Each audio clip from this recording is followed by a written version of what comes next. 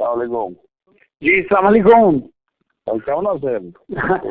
আছি একটু একটু দৌড়ের মধ্যে ছিলাম, যে জন্য যোগাযোগ করতে পারি নাই। আর ওই তো যাইতে পারি নাই ইউনিভার্সিটিতে।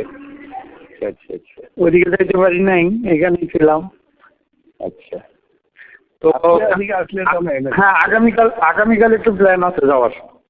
আচ্ছা আসলে একটু বললেন।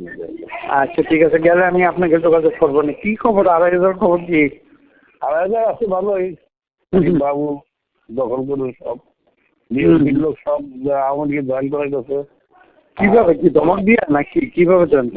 দমক দিয়া দেখা যাবে, চুরির মামলা দিব, ডাহাতি মামলা দিব, গালি গালাজ করে। এই লাইনে কোনো অসুবিধা নাই, এইগুলি এটা তো পাবলিক আরো খুশি যে যা বড় আপনি। আর বাচ্চা বাচ্চা খোলা হয়ে গেছে, ও পিস্তল দিয়ে দিছে। পয়সার তো কোনো অভাব নাই।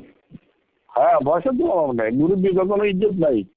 এবার আওয়ামী লীগের মুরব্বীরা কয় যে আমরা আর আওয়ামী লীগ করণ দিত না, হ্যাঁ কোন ইজ্জত দেয় খালি ভোলাবেন। আমি যা চিন্তা করছি, আপনি কিছু মানে কই না কেউ রাজনীতি সাইডে দেন, নিজের নিরিবিলি জীবনযাপন করা, আমি এটাই চিন্তা করতেছি। আমিও তাই করতে চাই। বহুত হয়েছে, আর করতে নেই। বহুত হয়েছে। বিএনপিরও যে অবস্থা, রাস্তাঘাটে মানুষ খালি সরম দেয়। হ্যাঁ, আজকে তো অনেকে কইলো কি খবর আপনি কি খবর? কোনো খবর নেই। আগে এখন করলো একজন মৌদুর সাহেব আর অলি সাহেব বলে মিল্লা বলে মিল মানতেছে। অলি সাহেব আর মৌদুদ, ও দুজনে মিল্লা আগে বিএনপি ছেড়ে গেছে, আর বিএনপি বাংলার কি আছে?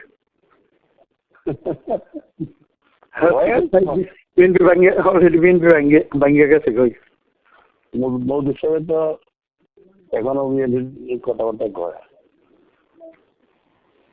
তো এখন বেগম খালেদা যে যাদের নিয়ে চলে ফিরে, ওনার জানাবি ঠিক না করলে মসজিদ তো খেলাচ্ছে। উনি নোয়াখালীর লোক ছাড়বে না। না, মতো ছাড়বে না, নোয়াখালী ছাড়বে না। 1 নম্বর। 2 নম্বর হলে ওনার গুলশান অফিসে উনি ছাড়বে না।